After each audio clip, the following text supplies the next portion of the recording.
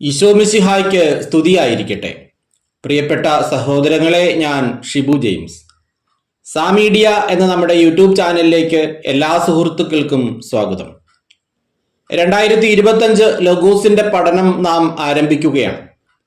2025 ലോഗോസിന്റെ syllabus കഴിഞ്ഞ ദിവസം upload ചെയ്തിരുന്നു. ന്യായാധിപന്മാർ 11 മുതൽ 21 വരെ, പ്രഭാഷകൻ 41 മുതൽ 50 വരെ, ലൂക്കായുടെ സുവിശേഷം 17 മുതൽ 24 വരെ, എഫേസോസ് 1 മുതൽ 6 വരെ അധ്യായങ്ങളാണ് നമുക്ക് പഠിക്കാനുള്ളത്.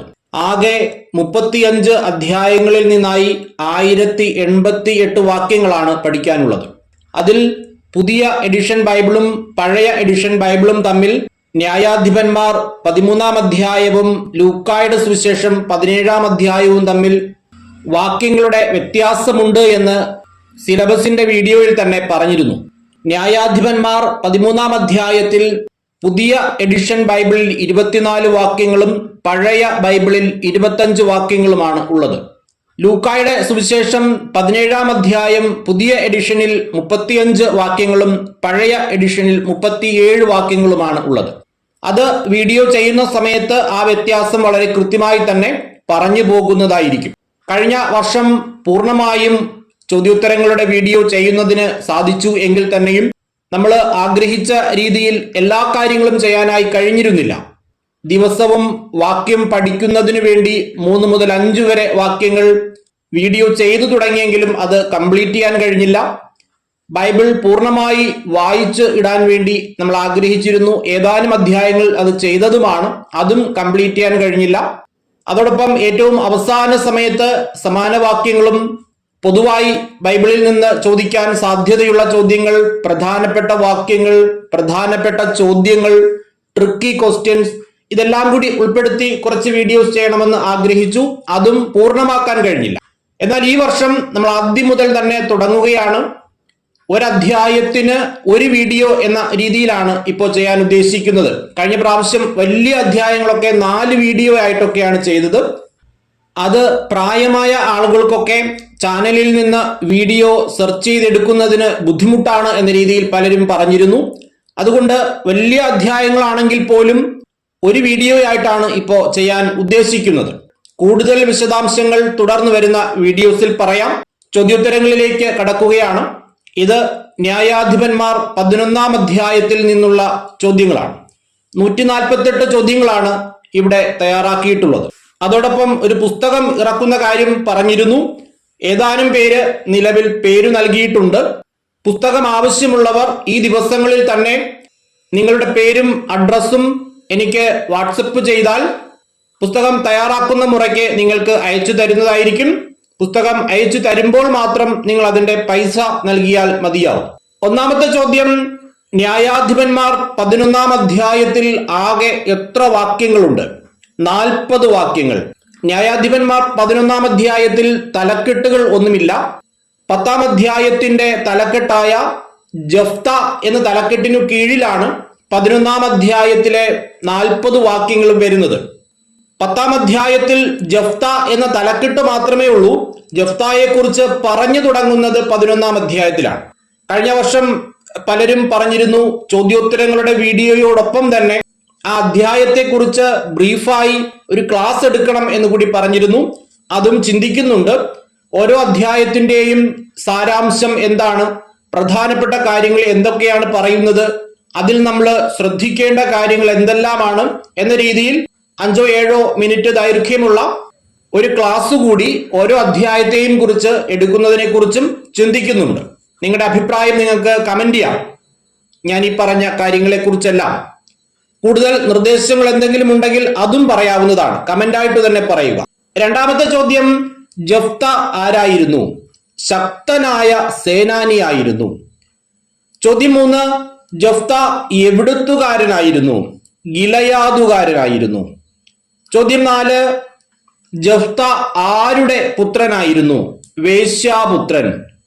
അഞ്ചാമത്തെ ചോദ്യം, ജഫ്തയുടെ പിതാവ് ആര്? ഗിലയാദ്. ചോദ്യം 6, ഗിലയാദിന്റെ പുത്രൻ ആര്? ജഫ്ത. 7, ഗിലയാദിന് സ്വഭാര്യയിലും ആരുണ്ടായിരുന്നു? പുത്രന്മാർ ഉണ്ടായിരുന്നു. എട്ടാമത്തെ ചോദ്യം, അവർ വളർന്നപ്പോൾ ജഫ്തായെ പുറംതള്ളി. ആര് വളർന്നപ്പോൾ? ഗിലയാദിന് സ്വഭാര്യയിൽ ഉണ്ടായിരുന്ന പുത്രന്മാർ. ചോദ്യം 9, ഗിലയാദിന് സ്വഭാര്യയിൽ ഉണ്ടായിരുന്ന പുത്രന്മാർ വളർന്നപ്പോൾ ജഫ്തായെ പുറംതള്ളിക്കൊണ്ട് പറഞ്ഞതെന്ത്? ഞങ്ങളുടെ പിതാവിന്റെ അവകാശം നിനക്ക് ലഭിക്കുവാൻ പാടില്ല, നീ അന്യ സ്ത്രീയുടെ മകനാണല്ലോ. ചോദ്യം 10, ജഫ്ത തന്റെ സഹോദരന്മാരിൽ നിന്ന് ഓടിപ്പോയി എവിടെ ചെന്ന് താമസിച്ചു? തോബ് എന്ന സ്ഥലത്ത്. ചോദ്യം 11, ജഫ്ത ആരിൽ നിന്ന് ഓടിപ്പോയി തോബ് എന്ന സ്ഥലത്തു ചെന്ന് താമസിച്ചു? തന്റെ സഹോദരന്മാരിൽ നിന്ന്. 12ാമത്തെ ചോദ്യം, ഒരു നീച സംഘം ജഫ്തായോട് ചേർന്ന് എന്തു ചെയ്തിരുന്നു? കൊള്ള ചെയ്ത് നടന്നിരുന്നു. 13, ആരാണ് ജഫ്തായോട് ചേർന്ന് കൊള്ള ചെയ്ത് നടന്നിരുന്നത്? ഒരു നീച സംഘം.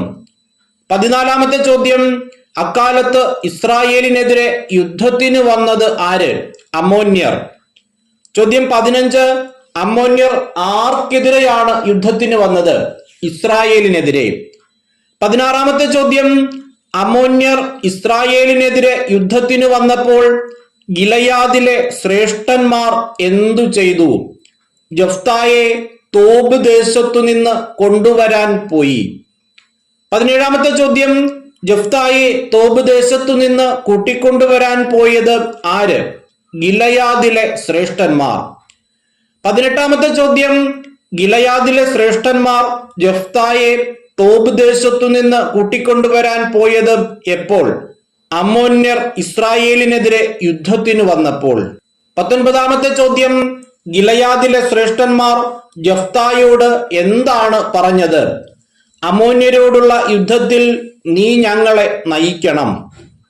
20ാമത്തെ ചോദ്യം, അമ്മോന്യരോടുള്ള യുദ്ധത്തിൽ നീ ഞങ്ങളെ നയിക്കണം ആര് ആരോട് പറഞ്ഞു? ഗിലയാദിലെ ശ്രേഷ്ഠന്മാർ ജഫ്തായോട്. ചോദ്യം 21, ആരോടുള്ള യുദ്ധത്തിൽ നീ ഞങ്ങളെ നയിക്കണം എന്നാണ് ഗിലയാദിലെ ശ്രേഷ്ഠന്മാർ ജഫ്തായോട് പറഞ്ഞത്? അമ്മോന്യരോടുള്ള. 22ാമത്തെ ചോദ്യം, അമ്മോന്യരോടുള്ള യുദ്ധത്തിൽ നീ ഞങ്ങളെ നയിക്കണം എന്ന് ഗിലയാദിലെ ശ്രേഷ്ഠന്മാർ ജഫ്തായോട് പറഞ്ഞപ്പോൾ ജഫ്ത അവരോട് എന്താണ് ചോദിച്ചത്? നിങ്ങൾ എന്നെ വെറുക്കുകയും എന്റെ പിതാവിന്റെ ഭവനത്തിൽ നിന്ന് അടിച്ചിറക്കുകയും ചെയ്തില്ലേ?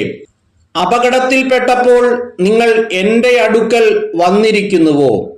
23ാമത്തെ ചോദ്യം, നിങ്ങൾ എന്നെ വെറുക്കുകയും എന്റെ പിതാവിന്റെ ഭവനത്തിൽ നിന്ന് അടിച്ചിറക്കുകയും ചെയ്തില്ലേ?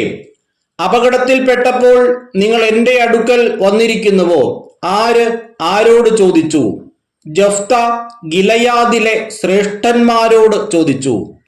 24, നിങ്ങൾ എന്നെ വെറുക്കുകയും എവിടെ നിന്ന് അടിച്ചിറക്കുകയും ചെയ്തില്ലേ എന്നാണ് ജഫ്ത ഗിലയാദിലെ ശ്രേഷ്ഠന്മാരോട് ചോദിച്ചത്? എന്റെ പിതാവിന്റെ ഭവനത്തിൽ നിന്ന്. 25ാമത്തെ ചോദ്യം, നിങ്ങൾ എന്നെ വെറുക്കുകയും എന്റെ പിതാവിന്റെ ഭവനത്തിൽ നിന്ന് അടിച്ചിറക്കുകയും ചെയ്തില്ലേ? അപകടത്തിൽപ്പെട്ടപ്പോൾ നിങ്ങൾ എന്റെ അടുക്കൽ വന്നിരിക്കുന്നുവോ എന്ന് ചോദിച്ച ജഫ്തായോട് ഗിലയാദിലെ ശ്രേഷ്ഠന്മാർ എന്താണ് പറഞ്ഞത്? നീ ഞങ്ങളോട് കൂടെ വന്ന് അമ്മോന്യരോട് യുദ്ധം ചെയ്യേണ്ടതിനും ഗിലയാദ് നിവാസികളായ ഞങ്ങളെ എല്ലാവരുടെയും നേതാവായിരിക്കേണ്ടതിനും തന്നെയാണ് ഞങ്ങൾ നിന്റെ അടുത്തേക്ക് വന്നിരിക്കുന്നത്.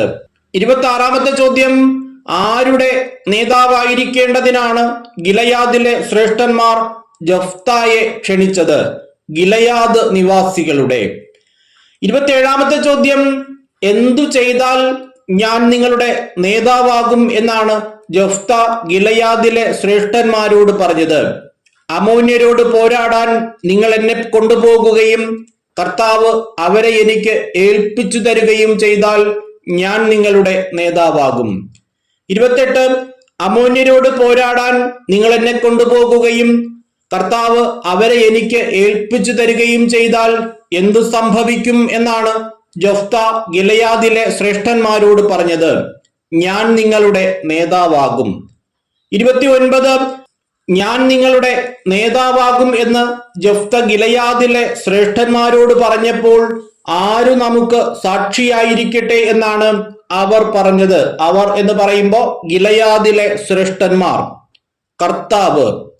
30-ാമത്തെ ചോദ്യം, നീ പറയുന്നത് പോലെ ഞങ്ങൾ ചെയ്യും, തീർച്ച. ആര് ആരോട് പറഞ്ഞു? ജഫ്ത ഗിലയാദിലെ ശ്രേഷ്ഠന്മാരോട്. 31, ജഫ്ത ആരോടൊപ്പമാണ് പോയത്? ഗിലയാദിലെ ശ്രേഷ്ഠന്മാരോടൊപ്പം. 32, അവൻ ഗിലയാദിലെ ശ്രേഷ്ഠന്മാരോടുകൂടെ പോയി. ആര്? ജഫ്ത. 33, ജഫ്തായെ നേതാവായി സ്വീകരിച്ചത് ആര്? ജനം. 34, ജനം അവനെ നേതാവായി സ്വീകരിച്ചു. ആരെ? ജഫ്തായെ. 35-ാമത്തെ ചോദ്യം, ജഫ്ത ജനങ്ങളോട് സംസാരിച്ചത് എവിടെ വച്ച്? മിസ്പായിൽ കർത്താവിന്റെ മുൻപിൽ വച്ച്. 36, മിസ്പായിൽ കർത്താവിന്റെ മുൻപിൽ വച്ച് ജനങ്ങളോട് സംസാരിച്ചത് ആര്? ജഫ്ത. 37-ാമത്തെ ചോദ്യം, എന്റെ ദേശത്തോട് യുദ്ധം ചെയ്യാൻ നിനക്കെന്നോട് എന്താണ് വിരോധം? ആര് ആരോട് ചോദിച്ചു? ജഫ്ത ദൂതന്മാരെ അയച്ച് അമ്മോന്യ രാജാവിനോട് ചോദിച്ചു. 38-ാമത്തെ ചോദ്യം, ജഫ്ത ദൂതന്മാരെ അയച്ച് അമ്മോന്യ രാജാവിനോട് ചോദിച്ചത് എന്ത്? എന്റെ ദേശത്തോട് യുദ്ധം ചെയ്യാൻ നിനക്കെന്നോട് എന്താണ് വിരോധം? 39-ാമത്തെ ചോദ്യം, എന്റെ ദേശത്തോട് യുദ്ധം ചെയ്യാൻ നിനക്കെന്നോട് എന്താണ് വിരോധം എന്ന് ആരെ അയച്ചാണ് ജഫ്ത അമ്മോന്യ രാജാവിനോട് ചോദിച്ചത്? ദൂതന്മാരെ അയച്ച്. 40-ാമത്തെ ചോദ്യം, എന്റെ ദേശത്തോട് യുദ്ധം ചെയ്യാൻ നിനക്ക് എന്നോട് എന്താണ് വിരോധം എന്ന് ദൂതന്മാരെ അയച്ച് ജഫ്ത അമ്മോന്യ രാജാവിനോട് ചോദിച്ചപ്പോൾ അദ്ദേഹം നൽകിയ മറുപടി എന്ത്? ഇസ്രായേൽ ജനം ഈജിപ്തിൽ നിന്ന് വന്നപ്പോൾ അർണോൺ മുതൽ ജാബോക്കും ജോർദാനും വരെയുള്ള എന്റെ സ്ഥലം കൈവശമാക്കി. 41-ാമത്തെ ചോദ്യം, ഇസ്രായേൽ ജനം ഈജിപ്തിൽ നിന്ന് വന്നപ്പോൾ കൈവശപ്പെടുത്തിയ അമ്മോന്യ രാജാവിന്റെ സ്ഥലം അർണോൺ മുതൽ ജാബോക്കും ജോർദാനും വരെയുള്ള സ്ഥലം. 42, ഇസ്രായേൽ ജനം ഈജിപ്തിൽ നിന്ന് വന്നപ്പോൾ കൈവശപ്പെടുത്തിയ അർണോൺ മുതൽ ജാബോക്കും ജോർദാനും വരെയുള്ള സ്ഥലം ആരുടേതായിരുന്നു? അമ്മോന്യ രാജാവിന്റെ.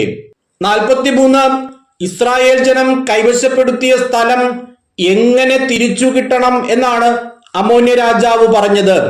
യുദ്ധം കൂടാതെ തിരികെ കിട്ടണം. 44, ജഫ്ത വീണ്ടും ദൂതന്മാരെ അയച്ച് അമ്മോന്യ രാജാവിനോട് പറഞ്ഞതെന്ത്? മോവാബ്യരുടെയോ അമ്മോന്യരുടെയോ ദേശം ഇസ്രായേൽ കൈയടക്കിയിട്ടില്ല. 45, മോവാബ്യരുടെയോ അമ്മോന്യരുടെയോ ദേശം ഇസ്രായേൽ കൈയടക്കിയില്ല എന്ന് അമ്മോന്യ രാജാവിനോട് പറഞ്ഞതാര്? ജഫ്ത. ചോദ്യം 46, അവർ, അതായത് ഇസ്രായേൽ ഈജിപ്തിൽ നിന്ന് വരുന്ന വഴി മരുഭൂമിയിൽ കൂടി എവിടെ വരെ എത്തി?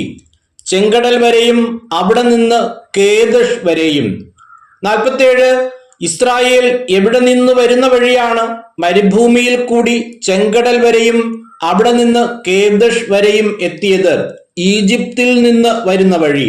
48, ന്യായാധിപന്മാർ 11:17 ഇസ്രായേൽ ഈജിപ്തിൽ നിന്ന് വരുന്ന വഴി ആദ്യം ഏത് രാജാവിനോടാണ് നിന്റെ ദേശത്തിലൂടെ കടന്നു പോകാൻ തങ്ങളെ അനുവദിക്കണമെന്ന് അപേക്ഷിച്ചത്? ഏദോം രാജാവിനോട്.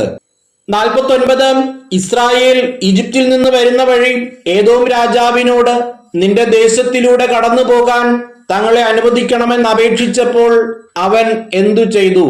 അവൻ അത് സമ്മതിച്ചില്ല.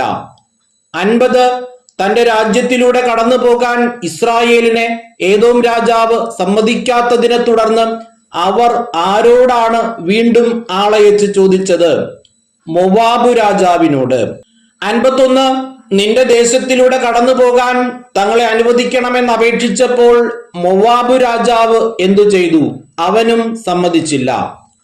52, തങ്ങളുടെ രാജ്യങ്ങളിലൂടെ കടന്നു പോകാൻ ഏദോം രാജാവും മൊവാബ് രാജാവും സമ്മതിക്കാത്തതിനാൽ ഇസ്രായേൽ എന്തു ചെയ്തു? കേദഷിൽ തന്നെ താമസിച്ചു. 53, ഇസ്രായേൽ കേദഷിൽ തന്നെ താമസിച്ചത് എന്തുകൊണ്ട്? തങ്ങളുടെ രാജ്യങ്ങളിലൂടെ കടന്നു പോകാൻ ഏദോം രാജാവും മോവാബ് രാജാവും സമ്മതിക്കാത്തതിനാൽ. 54 അവർ മരുഭൂമിയിലൂടെ യാത്ര ചെയ്തു. ആര്? ഇസ്രായേൽ. 55 ഇസ്രായേൽ മരുഭൂമിയിലൂടെ യാത്ര ചെയ്ത് ഏദോമും മോവാബും ചുറ്റി എവിടെ എത്തി? മോവാബിന് കിഴക്ക്. 56 ചോദ്യം, മരുഭൂമിയിലൂടെ യാത്ര ചെയ്ത് ഏദോമും മോവാബും ചുറ്റി മോവാബിനു കിഴക്ക് എത്തിയ ഇസ്രായേൽ ജനം എവിടെ താവളമടിച്ചു? അർണോന്റെ മറുകരെ. 57 ഇസ്രായേൽ എവിടെ പ്രവേശിച്ചതേയില്ല എന്നാണ് ന്യായാധിപന്മാർ 11:18 പറയുന്നത്? മോവാബിൽ. 58 ചോദ്യം, മോവാബിന്റെ അതിർത്തി? അർണോൺ.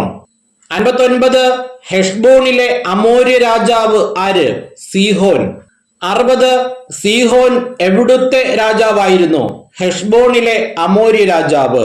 61 നിങ്ങളുടെ ദേശത്തുകൂടി ഞങ്ങളുടെ സ്ഥലത്തേക്ക് പോകാൻ അനുവദിക്കണം എന്ന് ഹെഷ്ബോണിലെ അമോര്യ രാജാവായ സീഹോനോട് അപേക്ഷിച്ചത് ആര്? ഇസ്രായേൽ. 62 ഇസ്രായേൽ ഹെഷ്ബോണിലെ അമോര്യ രാജാവായ സീഹോന്റെ അടുക്കൽ ദൂതന്മാരെ അയച്ച് അപേക്ഷിച്ചത് എന്ത്? നിങ്ങളുടെ ദേശത്തുകൂടി ഞങ്ങളുടെ സ്ഥലത്തേക്ക് പോകാൻ അനുവദിക്കണമെന്ന്. 63 തന്റെ ദേശത്തുകൂടി ഇസ്രായേലിനെ കടത്തിവിടാൻ വിശ്വാസമില്ലാതിരുന്നത് ആർക്ക്? ഹെഷ്ബോണിലെ അമോര്യ രാജാവായ സീഹോന്. 64 ഹെഷ്ബോണിലെ അമോര്യ രാജാവായ സീഹോന് എന്തിലാണ് വിശ്വാസം ഇല്ലാതിരുന്നത്? തന്റെ ദേശത്തുകൂടി ഇസ്രായേലിനെ കടത്തിവിടാൻ. 65 ചോദ്യം, തന്റെ ദേശത്തുകൂടി ഇസ്രായേലിനെ കടത്തിവിടാൻ വിശ്വാസമില്ലാതിരുന്ന സീഹോൻ ചെയ്തതെന്ത്? ജനങ്ങളെയെല്ലാം ഒന്നിച്ചുകൂട്ടി യാഹാസിൽ താവളമടിച്ച് ഇസ്രായേലിനോട് പൊരുതി. 66 സീഹോൻ ഇസ്രായേലിനെതിരെ താവളമടിച്ചത് എവിടെ? യാഹാസിൽ. 67 യാഹാസിൽ ഇസ്രായേലിനെതിരെ താവളമടിച്ചത് ആര്? സീഹോൻ. 68 ഇസ്രായേലിന്റെ ദൈവമായ കർത്താവ് സീഹോനെയും അവന്റെ ജനത്തെയും ആരുടെ കയ്യിൽ ഏൽപ്പിച്ചു? ഇസ്രായേലിന്റെ. 69 സീഹോനെയും അവന്റെ ജനത്തെയും പരാജയപ്പെടുത്തിയത് ആര്? ഇസ്രായേൽ. 70 ചോദ്യം, സീഹോനെയും അവന്റെ ജനത്തെയും പരാജയപ്പെടുത്തിയ ഇസ്രായേൽ ആ സ്ഥലത്ത് താമസിച്ചിരുന്ന ആരുടെ ദേശം പിടിച്ചെടുത്തു? അമോര്യരുടെ. 71 സീഹോനെയും അവന്റെ ജനത്തെയും പരാജയപ്പെടുത്തിയ ഇസ്രായേൽ ആ സ്ഥലത്ത് താമസിച്ചിരുന്ന അമോര്യരുടെ ദേശം എവിടെ മുതൽ എവിടെ വരെയാണ് കൈവശപ്പെടുത്തിയത്? അർണോൺ മുതൽ ജാബോക്ക് വരെയും മരുഭൂമി മുതൽ ജോർദാൻ വരെയുമുള്ള അമോര്യരുടെ ദേശം മുഴുവൻ. 72 ചോദ്യം, അർണോൺ മുതൽ ജാബോക്ക് വരെയും മരുഭൂമി മുതൽ ജോർദാൻ വരെയുമുള്ള അമോര്യരുടെ ദേശം മുഴുവൻ കൈവശപ്പെടുത്തിയത് ആര്? ഇസ്രായേൽ. 73 ചോദ്യം, അങ്ങനെ ഇസ്രായേലിന്റെ ദൈവമായ കർത്താവ് തന്നെ തന്റെ ജനമായ ഇസ്രായേലിന്റെ മുമ്പിൽ നിന്ന് അമോര്യരെ തുരത്തിയിരിക്കെ നീ അവ കൈവശമാക്കാൻ പോകുന്നുവോ? ആര് ആരോട് ചോദിച്ചു? ജഫ്ത അമോര്യ രാജാവിനോട്. 74 ഇസ്രായേലിന്റെ ദൈവമായ കർത്താവ് തന്നെ തന്റെ ജനമായ ഇസ്രായേലിന്റെ മുമ്പിൽ നിന്ന് അമോര്യരെ തുരത്തിയിരിക്കെ നീ എന്തു ചെയ്യാൻ പോകുന്നു എന്നാണ് ജഫ്ത അമോര്യ രാജാവിനോട് ചോദിച്ചത്. നീ അവ കൈവശമാക്കാൻ പോകുന്നുവോ? 75 അമോര്യ രാജാവിന്റെ ദൈവം ആര്? കെമോഷ്. 76 കെമോഷ് ആരുടെ ദൈവമാണ്? അമോര്യ രാജാവിന്റെ. 77 ചോദ്യം, നിന്റെ ദൈവമായ കെമോഷ് നിനക്ക് തരുന്നത് നീ എന്തു ചെയ്യുന്നില്ലേ എന്നാണ് ജഫ്ത അമോര്യ രാജാവിനോട് ചോദിച്ചത്. നീ കൈവശം വയ്ക്കുന്നില്ലേ? 78 ഞങ്ങൾ എന്തു കൈവശമാക്കും എന്നാണ് ജഫ്ത അമോര്യ രാജാവിനോട് പറയുന്നത്? ഞങ്ങളുടെ ദൈവമായ കർത്താവ് ഞങ്ങൾക്ക് ഒഴിപ്പിച്ചു തരുന്നതൊക്കെ. 79 ഞങ്ങളുടെ ദൈവമായ കർത്താവ് ഞങ്ങൾക്ക് ഒഴിപ്പിച്ചു തരുന്നതൊക്കെ ഞങ്ങൾ എന്തു ചെയ്യും എന്നാണ് ജഫ്ത അമോര്യ രാജാവിനോട് പറയുന്നത്? കൈവശമാക്കും. 80 സിപ്പോർ എവിടുത്തെ രാജാവായിരുന്നു? മൊവാബ് രാജാവ്. 81 മൊവാബ് രാജാവായ സിപ്പോറിന്റെ പുത്രനാര്? ബാലാഖ്. 82 നീ ആരേക്കാൾ ശ്രേഷ്ഠനാണോ എന്നാണ് ജഫ്ത അമോര്യ രാജാവിനോട് ചോദിക്കുന്നത്. മൊവാബ് രാജാവായ സിപ്പോറിന്റെ പുത്രൻ ബാലാക്കിനേക്കാൾ. 83 അവൻ എപ്പോഴെങ്കിലും ഇസ്രായേലിനെ എതിർത്തിട്ടുണ്ടോ? ആര്? മൊവാബ് രാജാവായ സിപ്പോറിന്റെ പുത്രൻ ബാലാഖ്. 84 മൊവാബ് രാജാവായ സിപ്പോറിന്റെ പുത്രൻ ബാലാഖ് എന്തു ചെയ്തിട്ടുണ്ടോ എന്നാണ് ജഫ്ത അമോര്യ രാജാവിനോട് ചോദിക്കുന്നത്. എപ്പോഴെങ്കിലും ഇസ്രായേലിനെ എതിർത്തിട്ടുണ്ടോ? 85 മൊവാബ് രാജാവായ സിപ്പോറിന്റെ പുത്രൻ ബാലാഖ് ആരെ എതിർത്തിട്ടുണ്ടോ എന്നാണ് ജഫ്ത അമോര്യ രാജാവിനോട് ചോദിക്കുന്നത്. ഇസ്രായേലിനെ.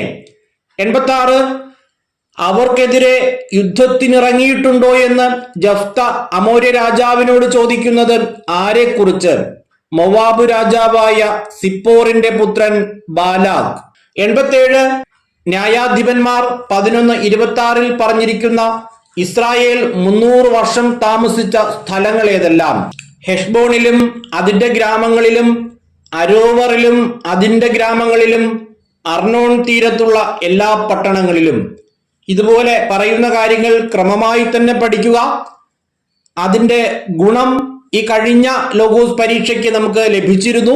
3 ചോദ്യങ്ങളാണ് ആ രീതിയിൽ ചോദിച്ചത്. പലരും മെസ്സേജ് അയച്ചിരുന്നു. അങ്ങനെ ക്രമമായി പഠിച്ചത് കൊണ്ട് ആ ചോദ്യങ്ങളെല്ലാം വളരെ കൃത്യമായി ഞങ്ങൾക്ക് ഉത്തരം എഴുതാൻ കഴിഞ്ഞു എന്ന് പറഞ്ഞു. 88ാമത്തെ ചോദ്യം ഇസ്രായേൽ ഹെഷ്ബോണിലും അതിന്റെ ഗ്രാമങ്ങളിലും, അരോവറിലും അതിന്റെ ഗ്രാമങ്ങളിലും, അർണോൺ തീരത്തുള്ള എല്ലാ പട്ടണങ്ങളിലും എന്തു ചെയ്തു? 3 വർഷം താമസിച്ചു. 89 ഇസ്രായേൽ ഹെഷ്ബോണിലും അതിന്റെ ഗ്രാമങ്ങളിലും, അരോവറിലും അതിന്റെ ഗ്രാമങ്ങളിലും, അർണോൺ തീരത്തുള്ള എല്ലാ പട്ടണങ്ങളിലും 300 വർഷം താമസിച്ച കാലത്ത് നീ എന്തു ചെയ്തില്ല എന്നാണ് ജഫ്ത അമോര്യ രാജാവിനോട് ചോദിക്കുന്നത്. എന്തുകൊണ്ട് അവ വീണ്ടെടുത്തില്ല? ചോദ്യം 90 ഇസ്രായേൽ ഹെഷ്ബോണിലും അതിന്റെ ഗ്രാമങ്ങളിലും, അരോവറിലും അതിന്റെ ഗ്രാമങ്ങളിലും, അർണോൺ തീരത്തുള്ള എല്ലാ പട്ടണങ്ങളിലും എത്ര വർഷമാണ് താമസിച്ചത്? 300 വർഷം. 91 ആകയാൽ ഞാൻ നിന്നോട് ഒരപരാധവും ചെയ്തിട്ടില്ല. ആരോട് പറഞ്ഞു? ജഫ്ത അമോര്യ രാജാവിനോട്. 92 ഞാൻ നിന്നോട് ഒരപരാധവും ചെയ്തിട്ടില്ല. ആ നിലയ്ക്ക് എന്നോട് എന്ത് ചെയ്യുന്നത് തെറ്റാണ് എന്നാണ് ജഫ്ത അമോര്യ രാജാവിനോട് പറഞ്ഞത്? യുദ്ധം ചെയ്യുന്നത്. 93 ന്യായാധിപനായ കർത്താവ് എവിടെ ന്യായവിധി നടത്തട്ടെ എന്നാണ് ജഫ്ത പറയുന്നത്? ഇസ്രായേല്യർക്കും അമോന്യർക്കും ഇടയ്ക്ക്. 94 ന്യായാധിപന്മാർ 11:27 ജഫ്ത കർത്താവിന് നൽകുന്ന വിശേഷണം എന്ത്? ന്യായാധിപൻ. 95 ആരാണ് ജഫ്തയുടെ സന്ദേശം വകവയ്ക്കാതിരുന്നത്? അമോന്യ രാജാവ്. 96 അമോന്യ രാജാവ് ജഫ്തയുടെ സന്ദേശം എന്തു ചെയ്തു? വകവച്ചില്ല. 97ാമത്തെ ചോദ്യം ആരുടെ ആത്മാവാണ് ജഫ്തായുടെ മേൽ ആവസിച്ചത്? കർത്താവിന്റെ. 98 എന്താണ് ജഫ്തയുടെ മേൽ ആവസിച്ചത്? കർത്താവിന്റെ ആത്മാവ്. 99 ജഫ്ത ഏതു വഴി എവിടേക്ക് പോയി? ഗിലയാദ്, മനാസെ എന്നിവിടങ്ങളിൽ കൂടി ഗിലയാദിലെ മിസ്പായിലേക്ക് കടന്ന് അമോന്യരുടെ ദേശത്തേക്ക് പോയി. 100 അവൻ ഗിലയാദ്, മനാസെ എന്നിവിടങ്ങളിൽ കൂടി ഗിലയാദിലെ മിസ്പായിലേക്ക് കടന്ന് അമോന്യരുടെ ദേശത്തേക്ക് പോയി. ആര്? ജഫ്ത. 101 കർത്താവിന് ഒരു നേർച്ച നേർന്നത് ആര്? ജഫ്ത. 102 എന്താണ് ജഫ്ത കർത്താവിന് നേർന്ന നേർച്ച? അങ്ങ് അമ്മോന്യരെ എന്റെ കയ്യിൽ ഏൽപ്പിക്കുമെങ്കിൽ ഞാൻ അവരെ തോൽപ്പിച്ച് ജേതാവായി തിരികെ ചെല്ലുമ്പോൾ എന്നെ എതിരേൽക്കാൻ പടിവാതിൽക്കലേക്ക് ആദ്യം വരുന്നത് ആരായിരുന്നാലും അവൻ കർത്താവിൻ്റെതായിരിക്കും. ഞാൻ അവനെ ദഹനബലിയായി അവിടത്തേക്ക് അർപ്പിക്കും. 103 അങ്ങ് ആരെ എന്റെ കയ്യിൽ ഏൽപ്പിക്കുമെങ്കിൽ ഞാൻ അവരെ തോൽപ്പിച്ച് ജേതാവായി തിരികെ ചെല്ലുമ്പോൾ എന്നാണ് ജഫ്ത പറഞ്ഞത്. അമ്മോന്യരെ. 104 അങ്ങ് അമ്മോന്യരെ എന്റെ കയ്യിൽ ഏൽപ്പിക്കുമെങ്കിൽ ഞാൻ അവരെ തോൽപ്പിച്ച് ജേതാവായി തിരികെ ചെല്ലുമ്പോൾ ആരെ ദഹനബലിയായി അവിടത്തേക്ക് അർപ്പിക്കും എന്നാണ് ജഫ്ത പറഞ്ഞത്. എന്നെ എതിരേൽക്കാൻ പടിവാതിൽക്കലേക്ക് ആദ്യം വരുന്നത് ആരായാലും. 105 അങ്ങ് അമ്മോന്യരെ എന്റെ കയ്യിൽ ഏൽപ്പിക്കുമെങ്കിൽ ഞാൻ അവരെ തോൽപ്പിച്ച് ജേതാവായി തിരികെ ചെല്ലുമ്പോൾ എന്നെ എതിരേൽക്കാൻ പടിവാതിൽക്കലേക്ക് ആദ്യം വരുന്നത് ആരായിരുന്നാലും അവനെ എന്തു ബലിയായി കർത്താവിന് അർപ്പിക്കും എന്നാണ് ജഫ്ത പറഞ്ഞത്, ദഹനബലിയായി. 106 ജഫ്ത യുദ്ധം ചെയ്യാൻ ആരുടെ അതിർത്തിയാണ് കടന്നത്? അമ്മോന്യരുടെ. 107 ആരാണ് യുദ്ധം ചെയ്യാൻ അമ്മോന്യരുടെ അതിർത്തി കടന്നത്? ജഫ്ത. 108 ന്യായാധിപന്മാർ 11:32 കർത്താവ് ആരെ ജഫ്തായുടെ കയ്യിൽ ഏൽപ്പിച്ചു എന്നാണ് പറഞ്ഞിരിക്കുന്നത്? അമ്മോന്യരെ. 109 എവിടെ മുതൽ എവിടെ വരെ ജഫ്ത അമ്മോന്യരുടെ 20 പട്ടണങ്ങളിൽ അവരെ വകവരുത്തി? അരോവർ മുതൽ മിന്നിത്തിനു സമീപം വരെയും ആബേൽ കെരാമീം വരെയും. 110 ആരാണ് ഇസ്രായേലിന് കീഴടങ്ങിയത്? അമ്മോന്യർ. 111 എത്ര പട്ടണങ്ങളിൽ ജഫ്ത അമ്മോന്യരെ വകവരുത്തി? 20 പട്ടണങ്ങളിൽ. 112 അരോവർ മുതൽ മിന്നിത്തിനു സമീപം വരെയും ആബേൽ കെരാമീം വരെയും 20 പട്ടണങ്ങളിൽ അവൻ അവരെ വകവരുത്തി. ഡാഷ് അമ്മോന്യർ ഇസ്രായേലിനു കീഴടങ്ങി. പൂരിപ്പിക്കുക. വലിയ കൂട്ടക്കൊല നടന്നു. പൂരിപ്പിക്കുക എന്ന അർത്ഥത്തിൽ 15ഓളം ചോദ്യങ്ങളാണ് ഇപ്പോ ചോദിച്ചത്. അതുകൊണ്ട് തന്നെ ഓരോ വാക്യങ്ങളും കാണാതെ പഠിച്ചു പോകുന്നത് വാക്യഭാഗം എഴുതുന്നതിനും വാക്യഭാഗം തന്ന് വാക്യം ചോദിച്ചാൽ അത് എഴുതുന്നതിനും പൂരിപ്പിക്കുക എന്ന തരത്തിൽ വരുന്ന ചോദ്യങ്ങൾ എഴുതുന്നതിനും സഹായകമാണ്. 113ാമത്തെ ചോദ്യം, ആരാണ് മിസ്പായിലുള്ള തന്റെ വീട്ടിലേക്ക് വന്നത്? ജഫ്ത. 114 ജഫ്ത എവിടെയുള്ള തന്റെ വീട്ടിലേക്കാണ് വന്നത്? മിസ്പായിലുള്ള. 115 ജഫ്ത മിസ്പായിൽ തന്റെ വീട്ടിലേക്ക് വന്നപ്പോൾ അവനെ എതിരേൽക്കാൻ വന്നതാര്? അവന്റെ മകൾ. 116 ജഫ്ത തന്റെ വീട്ടിലേക്ക് വന്നപ്പോൾ അവന്റെ മകൾ അവനെ എതിരേൽക്കാൻ വന്നതെങ്ങനെ? തപ്പുകൊട്ടി നൃത്തം വെച്ച്. 117 തപ്പുകൊട്ടി നൃത്തം വെച്ച് ജഫ്തായെ എതിരേൽക്കാൻ വന്നതാര്? അവന്റെ മകൾ. 118 അവന്റെ മകൾ തപ്പുകൊട്ടി നൃത്തം വെച്ച് അവനെ എതിരേൽക്കാൻ വരുന്നു. അവൾ അവന്റെ ഡാഷ്. ന്യായാധിപന്മാർ 11:34 പ്രകാരം പൂരിപ്പിക്കുക. ഏക സന്താനമായിരുന്നു. 119 അവൾ അവന്റെ ഏക സന്താനമായിരുന്നു എന്ന് പറഞ്ഞിരിക്കുന്നതിന്റെ കാരണം എന്ത്? വേറെ മകനോ മകളോ അവനില്ലായിരുന്നു. 120 അവളെ കണ്ടപ്പോൾ അവൻ ആദ്യം ചെയ്തത് എന്ത്? അവൻ വസ്ത്രം കീറി. 121 അവളെ കണ്ടപ്പോൾ അവൻ വസ്ത്രം കീറിക്കൊണ്ട് പറഞ്ഞതെന്ത്? അയ്യോ മകളെ, നീ എന്നെ ദുഃഖത്തിലാഴ്ത്തിയല്ലോ, നീ എന്നെ വല്ലാതെ വിഷമത്തിലാക്കിയിരിക്കുന്നു. ഞാൻ കർത്താവിന് വാക്കുകൊടുത്തു പോയി, നേർച്ചയിൽ നിന്നും പിന്മാറാൻ എനിക്ക് സാധിക്കുകയില്ല. 122 ജഫ്ത വസ്ത്രം കീറിക്കൊണ്ട് മകളെ എങ്ങനെയാണ് സംബോധന ചെയ്തത്? അയ്യോ മകളെ. 123 അയ്യോ മകളെ എന്ന് വിളിച്ച് ജഫ്ത ആദ്യം മകളോട് പറയുന്നത് എന്ത്? നീ എന്നെ ദുഃഖത്തിലാഴ്ത്തിയല്ലോ.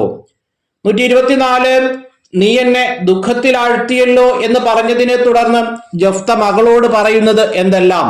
നീ എന്നെ വല്ലാത്ത വിഷമത്തിലാക്കിയിരിക്കുന്നു, ഞാൻ കർത്താവിന് വാക്കുകൊടുത്തു പോയി, നേർച്ചയിൽ നിന്ന് പിന്മാറാൻ എനിക്ക് സാധിക്കുകയില്ല. 125 എന്തിൽ നിന്ന് പിന്മാറാൻ എനിക്ക് സാധിക്കുകയില്ല എന്നാണ് ജഫ്ത മകളോട് പറഞ്ഞത്? നേർച്ചയിൽ നിന്ന്. 126 നേർച്ചയിൽ നിന്ന് പിന്മാറാൻ എനിക്ക് സാധിക്കുകയില്ല എന്ന് പറഞ്ഞ ജഫ്തായോട് മകൾ പറഞ്ഞതെന്ത്? പിതാവേ, അങ്ങ് കർത്താവിന് വാക്കുകൊടുത്തെങ്കിൽ അതനുസരിച്ച് എന്നോട് ചെയ്തു കൊള്ളുക. 127 പിതാവേ, അങ്ങ് ആർക്ക് വാക്കുകൊടുത്തെങ്കിൽ അതനുസരിച്ച് എന്നോട് ചെയ്തു കൊള്ളുക എന്നാണ് മകൾ ജഫ്തായോട് പറഞ്ഞത്? കർത്താവിന്.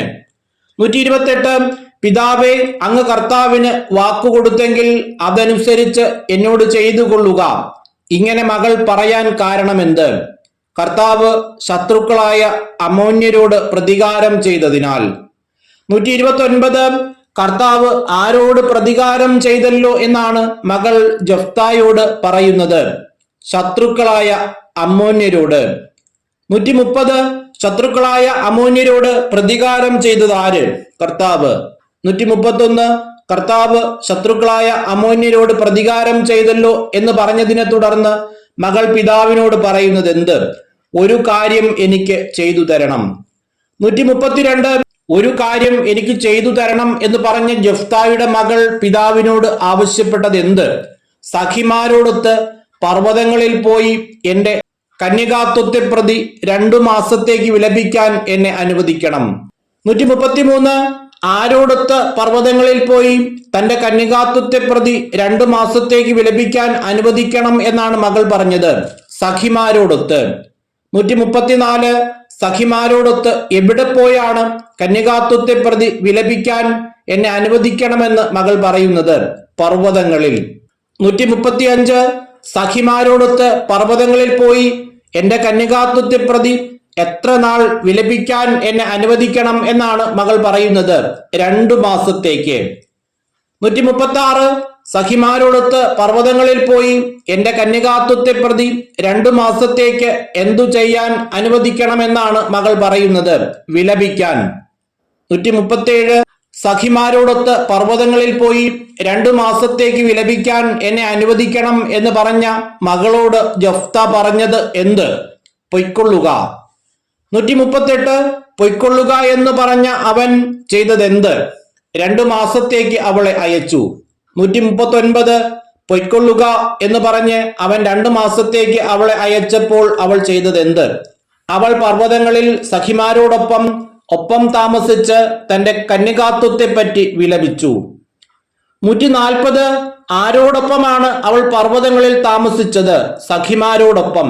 141 സഖിമാരോടൊപ്പം പർവ്വതങ്ങളിൽ താമസിച്ച് അവൾ എന്തു ചെയ്തു? തന്റെ കന്യകാത്വത്തെ പറ്റി വിലപിച്ചു. 142 എപ്പോഴാണ് അവൾ പിതാവിന്റെ പക്കലേക്ക് തിരിച്ചു വന്നത്? 2 മാസം കഴിഞ്ഞ്. 143 2 മാസം കഴിഞ്ഞ് അവൾ ആരുടെ പക്കലേക്കാണ് തിരിച്ചു വന്നത്? പിതാവിന്റെ. 144 2 മാസം കഴിഞ്ഞ് അവൾ പിതാവിന്റെ പക്കലേക്ക് തിരിച്ചു വന്നപ്പോൾ ജഫ്ത ചെയ്തതെന്ത്? അവൻ നേർന്നിരുന്നത് പോലെ അവളോട് ചെയ്തു. 145 അവൻ നേർന്നിരുന്നത് പോലെ അവളോട് ചെയ്തു എന്ന് പറഞ്ഞതിനെ തുടർന്ന് പറഞ്ഞിരിക്കുന്നത് എന്ത്? അവൾ ഒരിക്കലും പുരുഷനെ അറിഞ്ഞിരുന്നില്ല. 146 ആരുടെ പുത്രിയെ ഓർത്താണ് ഇസ്രായേൽ പുത്രിമാർ വർഷം തോറും 4 ദിവസം കരയാൻ പോവുക പതിവായി തീർന്നത്? ഗിലയാദുകാരനായ ജഫ്തായുടെ പുത്രിയെ. ഗിലയാദുകാരനായ ജഫ്തായുടെ പുത്രിയെ ഓർത്ത് ആരാണ് വർഷം തോറും 4 ദിവസം കരയാൻ പോവുക പതിവായി തീർന്നത്? ഇസ്രായേൽ പുത്രിമാർ. 148 ഗിലയാദുകാരനായ ജഫ്തായുടെ പുത്രിയെ ഓർത്ത് ഇസ്രായേൽ പുത്രിമാർ എത്ര ദിവസമാണ് കരയാൻ പോവുക പതിവായി തീർന്നത്? 4 ദിവസം. ഇങ്ങനെ 148 ചോദ്യങ്ങളാണ് ന്യായാധിപന്മാർ 11-ാം അധ്യായത്തിൽ നിന്ന് തയ്യാറാക്കിയിട്ടുള്ളത്. പരമാവധി ആളുകൾക്ക് ഈ വീഡിയോ ഷെയർ ചെയ്ത് കൊടുക്കുക. 4-5 അധ്യായങ്ങളുടെ വീഡിയോ അപ്ലോഡ് ചെയ്തതിനു ശേഷം ജനറൽ മോക്ക് ടെസ്റ്റുകൾ ആരംഭിക്കും. ഈ പ്രാവശ്യവും ജനറൽ മോക്ക് ടെസ്റ്റുകളും സ്പെഷ്യൽ മോക്ക് ടെസ്റ്റുകളും ക്രമീകരിക്കുന്നുണ്ട്. ആദ്യ സമയങ്ങളിൽ ജനറൽ മോക്ക് ടെസ്റ്റുകളായിരിക്കും നടത്തുക. പരീക്ഷയ്ക്ക് 2 മാസം ഉള്ളപ്പോഴായിരിക്കും സ്പെഷ്യൽ മോക്ക് ടെസ്റ്റുകൾ ആരംഭിക്കുക. അതിന്റെ കൂടുതൽ ക്രമീകരണങ്ങൾ തുടർന്നു വരുന്ന സമയങ്ങളിൽ പറയാം. എല്ലാവരും നന്നായി പഠിക്കുക. ആദ്യ സമയങ്ങളിൽ തന്നെ നിങ്ങൾ പഠനം ആരംഭിക്കുക. എല്ലാവർക്കും എല്ലാവിധമായ നന്മകളും അനുഗ്രഹങ്ങളും ഉണ്ടാകട്ടെ എന്ന് ആശംസിച്ചുകൊണ്ട് പ്രാർത്ഥിച്ചുകൊണ്ട് നിർത്തുന്നു. നന്ദി.